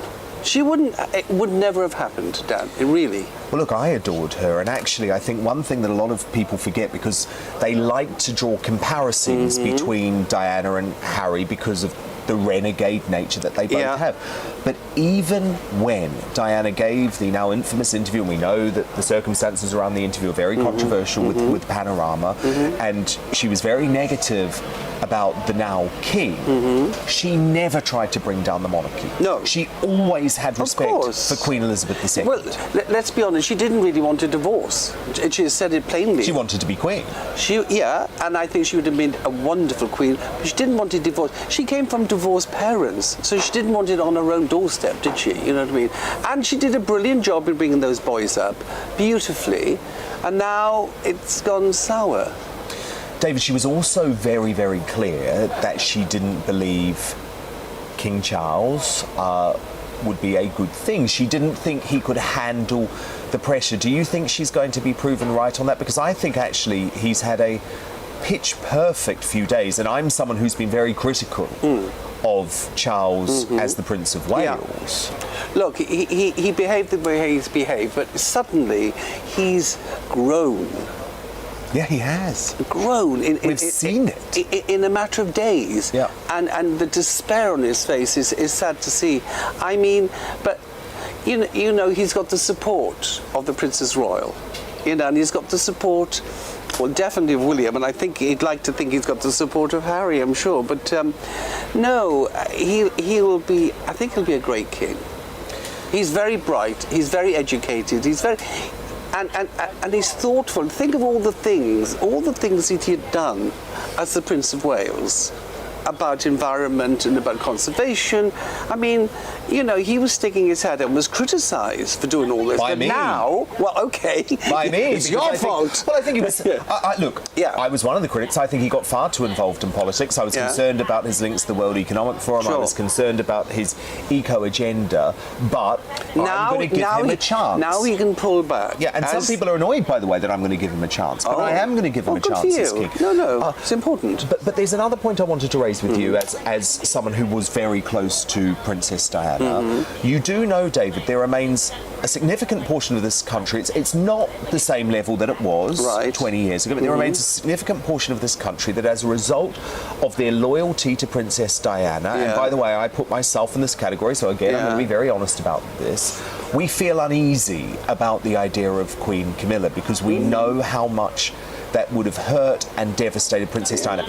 Is it time for folk like me to just get over it, move on, and embrace Camilla? God, you ask very good questions. My heart is there, but we've got to move on. Really, we've got to find some kindness in ourselves to allow it to happen.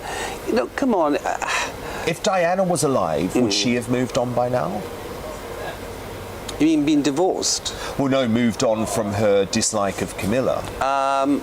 No, you could never take that away. I find it very difficult. As she said, there was 3 in this marriage. Because she blamed Camilla for the breakdown of the marriage. She adored him. She adored him on her wedding day. He adored her. I mean, don't forget, I was in the throne room on that day helping Lord Lichfield with all the photographs and all the things, and everybody was happy. And I hear all these other stories. I don't want to hear them because I was there. And you can't fake that. So this idea that he was never in love with Diana, you don't believe that? Nonsense. He was totally in love with her, and for whatever happened. But I'll tell you a little thing, though, just to lighten the mood. Please, we need that. How did it? Yeah, because, you know, it's been a heavy day. The very, very first time I met the Queen, well, first of all, I saw them all at St Paul's. Then I was raced back here to help Lord Lichfield do the photographs. And, you know, the train was in, the train was out, and I was standing there watching the whole thing, and I could see Diana was a bit tired, so I remember taking the bouquet off her. And the Duke was there, and Andrew was there. So I said, could you hold that to give her a break? Then, you know, when you're there and you're watching the whole thing, I was aware there was a person here. And I turned, it was the Queen. And, you know, and she said, have you had a glass of champagne? And I said, no. And then within a second, I got to give her a goblet of champagne because everybody was, you know, celebrating.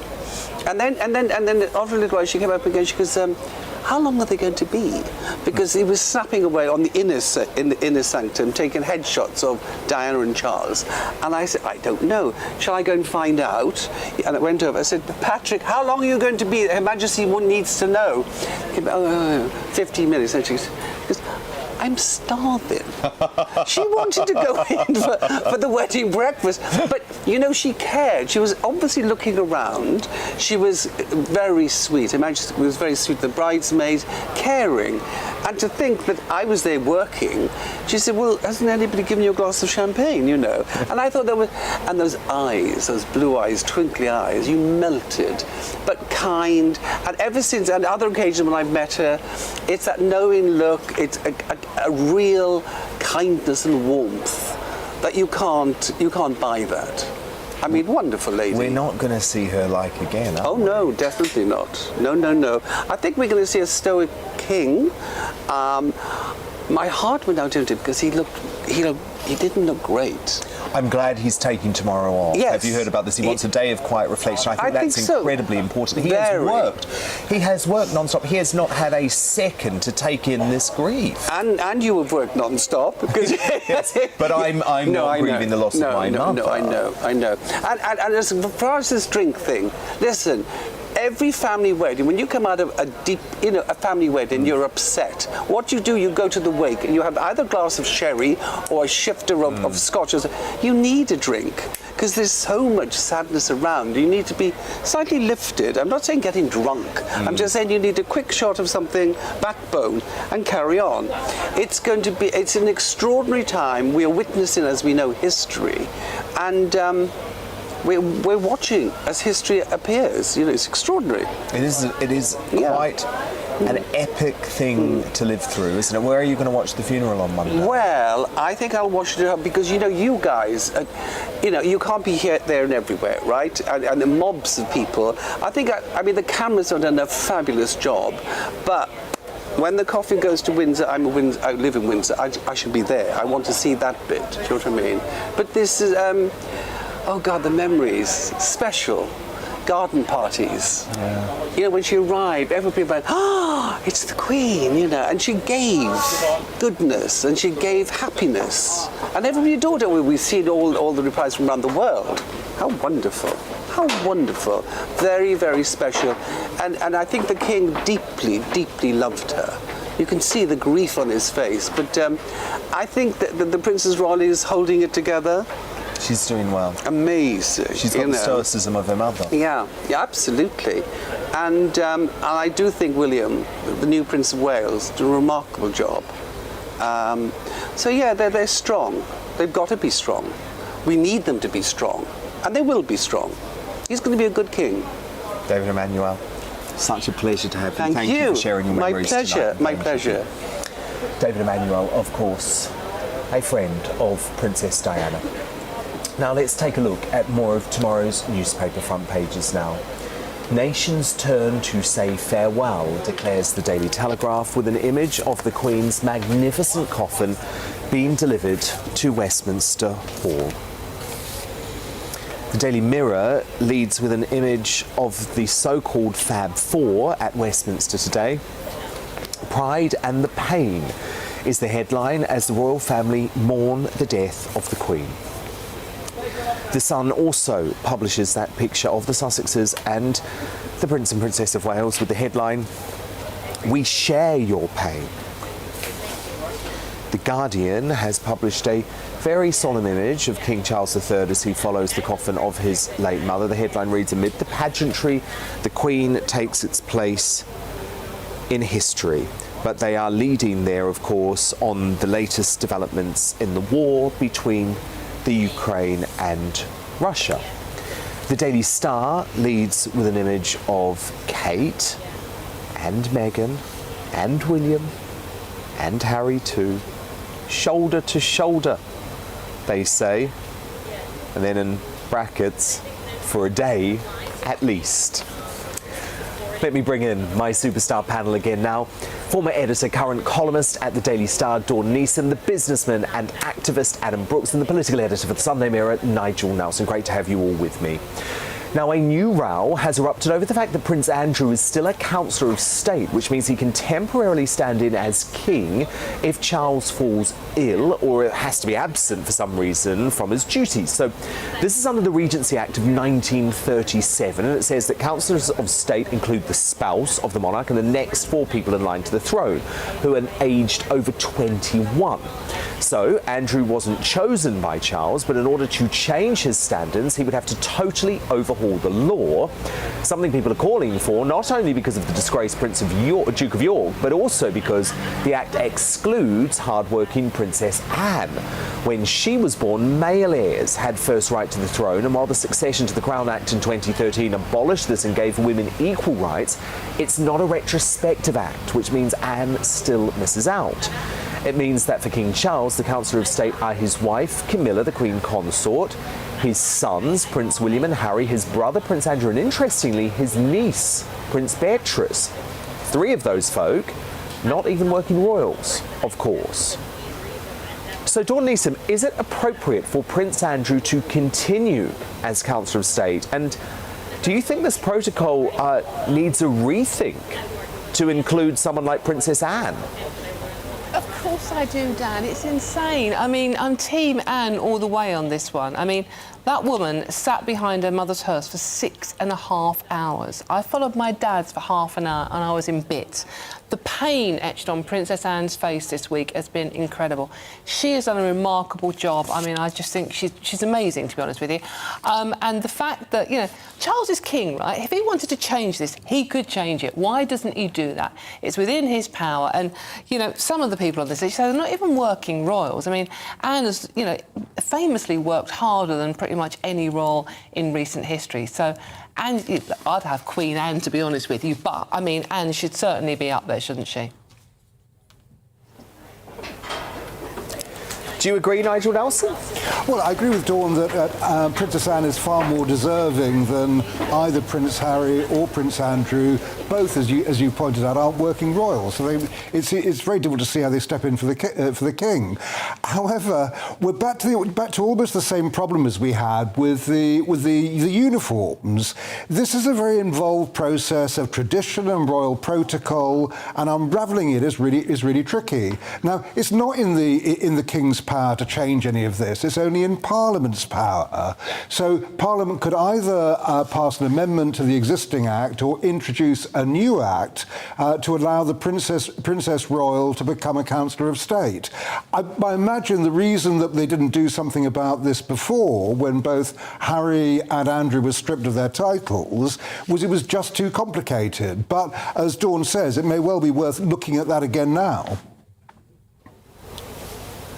I mean, this is the issue, isn't it, Adam Brooks? It actually takes a change in the law. So it's very difficult to actually blame Prince Charles or King Charles for this. Yeah, well, it would take our Parliament to actually be sitting, which is not something we're used to at the moment, you know. So I think it would be highly inappropriate if Andrew stepped in for king duties. I think the world would be disgusted. Let's remind ourselves he hasn't been found guilty of anything, but he didn't cooperate with the FBI. I don't think he's liked, and I think the world wouldn't take it, and the British public wouldn't take it very kindly if he stood in for as the king and his duties anytime soon. So, and as Dawn said, some of these people on the list are so low down in the pecking order. It'd be like the kit man taking over a Premier League football match. It would be obscene and ridiculous, and it would be good if Anne would be allowed to step in, and she's professional, she's liked, and she's respected. So things should change. It's just whether or not they can be, Dan. Nigel Nelson, I presume one of the issues with that is that this is hardly a priority for the government with a new Prime Minister, is it? There's a heck of a lot that needs to be sorted out in this country right now. Well, that's right. When politics gets back to normal next week, we'll be talking about that. There will be an awful lot to sort out. out. And that's why I think it probably wasn't sorted out the first time round, because it obviously is a nonsense for a non-working royal to be standing in for the king at any stage. It's just a question of how you go about unravelling it. So there was no way, obviously, when the Succession Act went through and said that girls as well as boys could then become king or queen, and that's why Anne was left out. You can't be retrospective about that. You can't put her back into the line of succession. I mean, she's only 16th at the moment. But yes, if Parliament has the will and the time and puts a few other things on the back burner, this could be sorted out. Hold on, we made COVID rules up, or they made COVID rules up literally overnight. I mean, if they can do that, they can do this. Just get on with it. Yeah, agreed. Adam Brooks, I have a feeling that's actually going to be something that King Charles wants to do, though, because until he does change this law, the spectre of Prince Andrew, his brother, who he may love personally, but he understands should have no formal royal role now, it still hangs over him. Yeah, and I'll reiterate what I said before. I think the British public and the world would look in disgust if Andrew had to step in for king duties one day or for whatever event. He's not liked, and let's respect him with this process at the moment, and respect him with the funeral. He's lost his mother, and you know we have to have a bit of decorum there. But let's not whitewash what the allegations and you know the rumours that are there about him. It just can't happen. It cannot happen, Dan. But Nigel Nelson, this is one of the difficulties, isn't it? With a constitutional monarchy, Prince Andrew can be as disliked as anything, but actually he still does maintain a formal role, and this is always something that the Queen struggled to navigate, and now it is going to be up to King Charles to, I think, draw a line under this somehow. Well, it is not really up to King Charles to do Nigel that, Nelson. because what we have with King Charles is that what he will do is not govern, he's going to reign. And as a result of that, a constitutional monarchy means he doesn't interfere in politics, that Parliament is supreme, and that's where our laws are made. If MPs think this is actually worth making a change for, then they can make the time to do it. But frankly, whatever Charles actually thinks, it really isn't in his power at all. Oh, come on, Nigel. If this is something that Charles makes a priority, it will happen. This is Dan, we have a constitutional monarchy and a parliamentary democracy. All this was enshrined in the Great Revolution of 1688. I mean, it was a really important moment that made Parliament supreme over the monarch. And what you're talking about is changing that, and that is what we cannot do.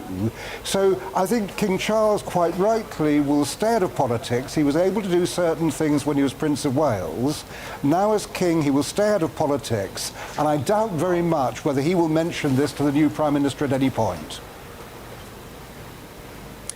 Well, look, we will have to see, but I think it is going to be unconscionable for the UK to be in a situation over the next few years where Prince Andrew and Prince Harry remain the legal right to stand in for the King. I just cannot see that holding. That is my personal view. We'll have to see how it develops. But over the last few days, we've seen heartwarming videos, actually, of the royal family meeting the public after the loss of the late Queen. One such video is of the new Prince of Wales, who was greeting mourners at Windsor Castle early this week when the former Fab Four reunited for a walkabout. Now, William chatted to a family who had brought their dog along and said that hugs from his own dog, Orla, are helping him through the grief. Look. See your hands. Try and reach over on the back. Yes, please. I know. Luna. You're very sweet, Luna. I know. She loves it. How old is she? She is nearly 2. Dogs at this time are so important. I give my dog a lot of cuddles in my very important. She's a big one. We've got a little spaniel. Sorry for your loss. Yeah, sorry for your loss. Nice to meet you guys. Thank you for coming along today. Thank you. Oh, that was a touching moment, wasn't it? Charles, the new king, has also shown off his sense of humour over the past few months. This video has gone viral over the past couple of weeks. Charles, do we go for a beer? Can we go for a beer? Where? Anywhere,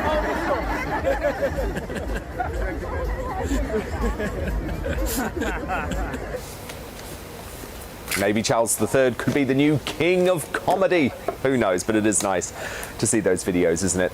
Now, we've been asking you to send in your condolences and experiences of the Queen. As you know, I really appreciate hearing from you, so let's get to some more of them. Daryl on Twitter says, I've met the late Queen a number of times and I'm heartbroken at her death. However, I will support our new king, even though I first thought he would be too political. He has started well and we should support him. God save the king. I'm sort of with you there, to be totally honest. From Gary, my favourite moment from the Queen is the look on her face when the then Prince Charles gave a speech at the Diamond Jubilee and referred to the Queen as Mummy. I remember that. That was a lovely moment. And Lorna on Twitter has a lovely story. The Queen came to Belfast after her coronation. I was sitting on a barrier waving my flag when she arrived. She looked at me, smiled and waved. I started jumping up and down saying the Queen saw me. I was scolded by my dad, who said, "You will knock the barrier down," but I didn't care, because the Queen saw me. Lovely memories. Keep them coming through. dan@gbnews.uk is my email address, @gbnews on our Twitter account. But now, when we last spoke to Rod Liddell on last Wednesday night, it had just been announced that the Queen would not be attending the new meeting of her Privy Council. Less than 24 hours later, Buckingham Palace confirmed she had passed away, and Rod joins me now. Rod, it's hard to believe, isn't it? Just 7 days ago, we still had the Queen. What do you make of everything that's gone down, Rod? It's incredible, isn't it? And there are still things we don't know. We don't know exactly when the Queen died. And we don't really know what the cause of death was, although, of course, at the age of 96, I guess it's expected. And that's kind of the thing which captivated me, certainly for the first 3 days, which is somewhere in that gap between expecting the Queen or being hardly shocked by the fact that a 96-year-old woman would die, but then our shock and appall when it actually happened. It's all about what. It's all about kind of saying goodbye to a previous era. I think we're mourning a bit for our own pasts as well as for the incredible service given to the country by the Queen, and that's certainly what made itself clear in my mind in those first few days after the Queen it had been announced that the Queen had died. That it's not just the end of the post-war era. It's also the end of the Elizabethan age, in which such things as the dignity, diligence, responsibility, duty, compassion, obedience, all those kinds of words, most of which are not very popular anymore. Those were the words which kind of characterized her reign, and we are saying goodbye to them, and a new branch of the family is taking over. So it is partly a mourning for ourselves, I think, as well as mourning for the Queen herself. Rod, where do you stand on King Charles III? Well, I was listening with great interest to your discussion about that, and with the possibility of Prince Andrew stepping into the breach should Prince Charles fail at any point. I'd far rather that Princess Anne was Queen Anne, if I'm absolutely honest. I think of all the members of the royal family, she is the one who most seems to embody the qualities which the Queen herself personified. You know, that reserve, dignity, a sense of distance, which is important in a monarchy. We mustn't get too touchy-feely with our monarchs. Otherwise, we may as well have a president. How's he done so far? I think Prince Charles has made 2 or 3 very good speeches. I think there have been speeches which have been both humane and also regal, properly regal. We've twice witnessed, I think it's a cruel thing to say, but we've twice witnessed that very Carolian petulance, so for example, both of them involving a pen. He got very, very cross about 2 pens. And it was very much a Prince Charles moment, and you could see Camilla looking aghast in the background. And I think he's had an incredibly difficult life, Prince Charles. He must have expected to accede to the throne perhaps 20 or 30 years before he actually did. And when I suppose he was at an age where he thought he would be able to make a difference to the world, which undoubtedly he did, because that's the sort of bloke he is. And I think he put his finger on it when he expressed his sheer terror and nervousness at the accession ceremonies, and he said that this was a day that he'd been dreading, and added, as have many people in this country, which I thought was quite self-aware of him. Now, Rod, I have to ask about the Duke and Duchess of Sussex, because, of course, they did cause lots of acrimony for the royal family, for the Queen, in her final days. Do you think they pose a threat to the monarchy under King Charles III? Yes, I do. And I feel as if I'm sort of living on a different planet from all the very various commentators, all of whom are arguing that it's time for Wills and Harry to bury the hatchet and for the rift to be healed. The rift didn't exist of its own making. The rift is a consequence of the appalling behaviour of Prince Harry and his ghastly wife, and the way they behaved towards the royal family over the last couple of years, and particularly in the last year and a half. This isn't a kind of artificial rift. The reason William is keeping them at arm's length is because they have behaved absolutely abominably, and must have caused the Queen intense misery over the last year, 2 years indeed, with all the revelations about the royal family, many of which, as people have argued, are not true at all. So, yeah, I think they are still a grave threat. There is no suggestion from those two that they're going to cease cashing in on on Harry's royal connections. There is no suggestion that Meghan is going to give up doing her podcasts or that the book is going to be cancelled. They're going to go right on ahead, milking it for every penny that they possibly can. So I think it's a problem. I mean, the further we can, I understand Prince Charles's wish for a rift to be healed, but the rift was there for a reason. It didn't come of its own volition. I know, and you've got to feel sorry for the other members of the royal family, Rod, who I know for a fact feel deeply uncomfortable about having Harry and Meghan with them at all of these incredibly personal and emotional moments this week, because they don't trust that these two aren't going to go back to America and cash in on what's just gone on. Yeah, well, they are going to go back to America, and they are going to cash in on what's been going on. There seems to be no doubt about that whatsoever. Otherwise, we would have had a statement from Harry and Meghan, or Harry would have said, there needs to be some sort of apology from Harry for, not merely giving up his responsibilities, giving up his duties, but also for pouring this odium upon the royal family. There has been not the slightest suggestion that they have done anything wrong from the two of them. And so I suspect that rift will continue. And I think those other members of the royal family are absolutely right in being nervous about what will happen with Harry and Meghan. The only thing one can say which is optimistic is that even the Americans seem to be getting a bit tired of Harry and Meghan now. So perhaps their star will fall.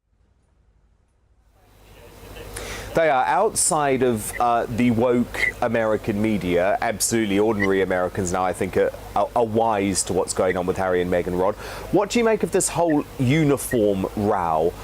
We did a poll earlier with our viewers, Rod, and actually it's pretty split. 48% of people saying that Prince Harry should be able to wear his military uniform. 52% of folk saying he shouldn't. It's definitely a big debate around the country today, Rob, because of course he did serve in Afghanistan. He did serve, and he served with, I think it's probably right to say, some distinction. But I don't know that. Yes. So I don't particularly object to him wearing his military uniform. I don't think that's the problem. I think the problem I have is that he shouldn't be called Prince Harry, and that he shouldn't have any connection to the royal family at a time when he is pouring odium onto it, or his wife is. I just yearn for that day when Harry wakes up, you know? I yearn for the day when Harry wakes up and looks at what is being taken away from him, because I think he may come to regret it one day. Well, especially I think when he understands the pain that he put his grandfather through just before his death and his grandmother through just before her death. Rod, speaking of the US media, I wanted to ask what you think of the likes of the New York Times and the Washington Post and CNN and MSNBC using the death of Queen Elizabeth II to demand that Britain deals with its colonial past. We've had Christiane Amanpour, for example, on CNN saying there must be a discussion about the UK paying reparations under King Charles III. What have you made of their very odd coverage this week, Rod? Well, I think the New York Times, which is probably the worst newspaper in the world now, has long been on a kind of mission to attack Britain. And the CNN is the Americans' equivalent of the BBC at its very, very worst. You know, Britain has dealt with its colonial past. It set up the Commonwealth. And the money that's been poured into the Commonwealth and the help that's been given to those countries within the Commonwealth easily outweigh anything we could possibly pay in reparations.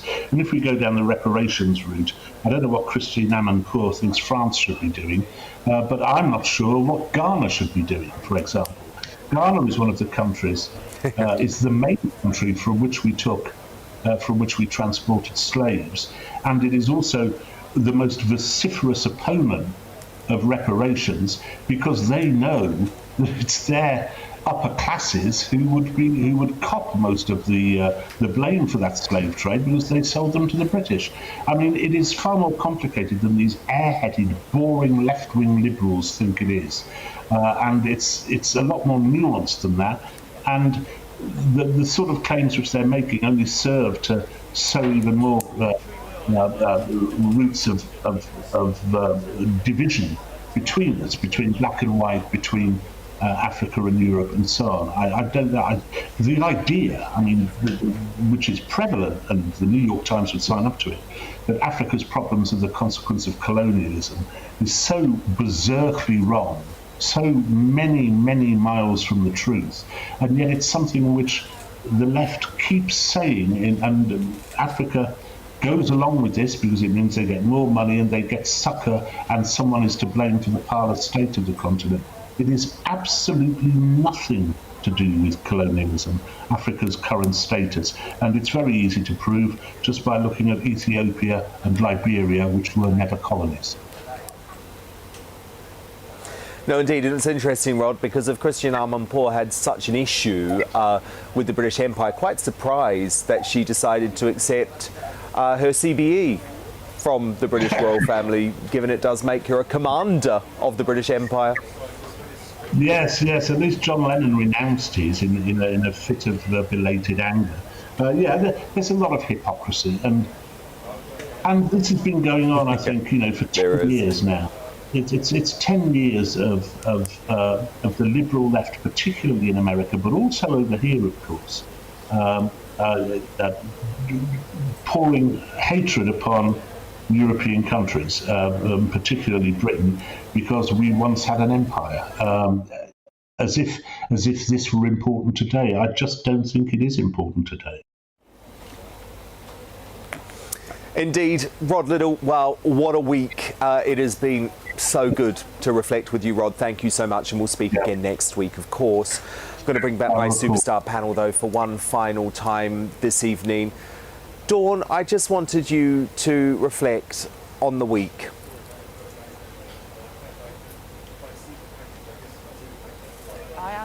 Dawn Neeson? I would feel. I think maybe it's made me think of losing my own dad and loved ones that I've lost. And I think that's the human side of it, Dan, is what I'm taking away from this.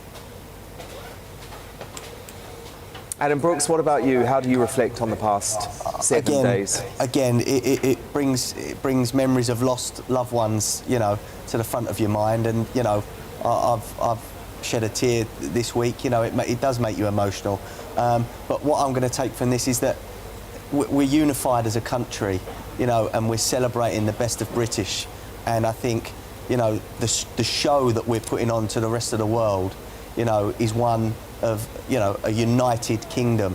And, you know, I'm proud to be British this week. Nigel Nelson, that's an interesting point, isn't it? Do you think we can emerge from this period of national mourning a more united country?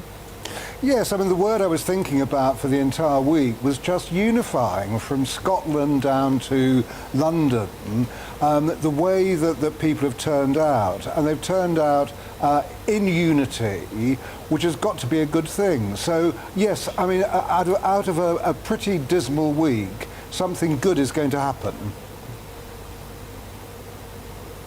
I hope that's the case. I hope that's the case, Dawn. Very much so, and I think, you know, it's a cliche, but, you know, if some good comes out of this, it's what the Queen would want, that we come through this a better, more united country, and she has a more united family. Well, it's certainly been a wonderful united superstar panel tonight. Thank you so much for paying tribute to Queen Elizabeth II, Dawn Neeson, Adam Brooks and Nigel Nelson too. Thank you so much to you at home again for watching our special edition. We'll be back tomorrow night, live again, advertisement free from 9 p.m. until 11 p.m. here from Buckingham Palace. Mark Dolan is going to take you up to midnight now, though, as our late Queen is lying in state ahead of her funeral on Monday.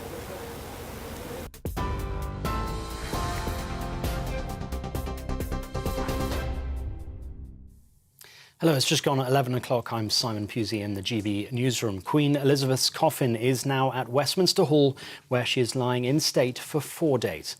The late monarch was carried on a gun carriage from Buckingham Palace in a military procession through central London. King Charles walked behind Her Majesty's coffin in line with his brothers, the Duke of York and the Earl of Wessex, and his sister, the Princess Royal. His sons, Princes Harry and William, followed on foot behind. Thousands of people lined the route, with viewing areas filled hours before the procession began. Up to 1 million people are expected to visit the Queen's lying in state over the next few days. Barriers and portable loos have been set up in central London. Westminster Hall opened to the public at 5 o'clock this afternoon. It will be open for 24 hours a day until the morning of the state funeral next Monday. The queue is long but appears to be moving steadily so far. People who've been in to see the coffin already say it's been worth the wait for a chance to say goodbye to Her Majesty. So sad, so terribly sad. God bless our Queen. We was here yesterday at 7 o'clock, and it's worth it. It is. She's one good, amazing lady. I think solemn is the word. You know, it is really respectful. It's very much, people are so pleased to just pay their respects. I'll be honest with you, a little bit shell-shocked. I think we're probably shell-shocked, but it's a lot to take in. But one feels history passing.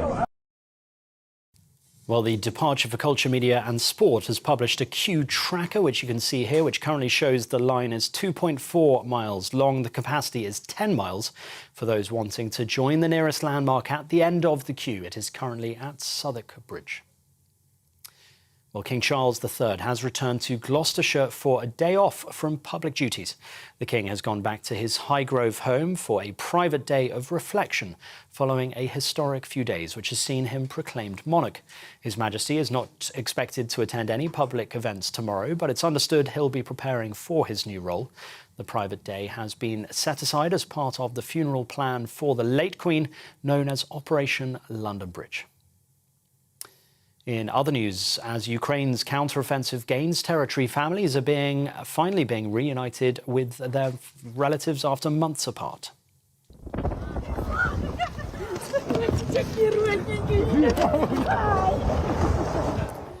In the eastern Kharkiv region, the mother of a mayor jumped for joy when she saw her son, saying she knew he'd return home. The reunion happened in a village that's been recaptured by Ukraine near the Russian border. And the World Health Organization says the end of the COVID-19 pandemic is in sight. The WHO says the number of weekly reported deaths is the lowest since March 2020. According to the organization, the world has never been in a better position to end the pandemic, but says people shouldn't let their guard down just yet. TV, online and DAB Plus radio, this is GB News. Now it's back to Headliners with Mark.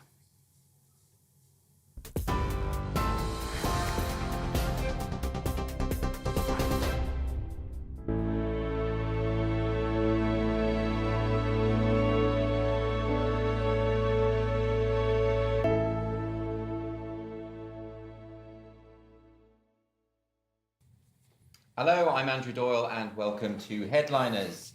Joining me tonight to look through tomorrow's stories, we have two comedians, Leo Kearse and Nick Dixon. We're going to be taking a look first at tomorrow's front pages. And as you can imagine, they're all going with the same story. We start with the Telegraph here, which runs with nations turn to say farewell as the Queen now lies in state. And there's the image there in Westminster Hall. We move on to The Guardian, which goes with people disappeared. iZoom recalls horror of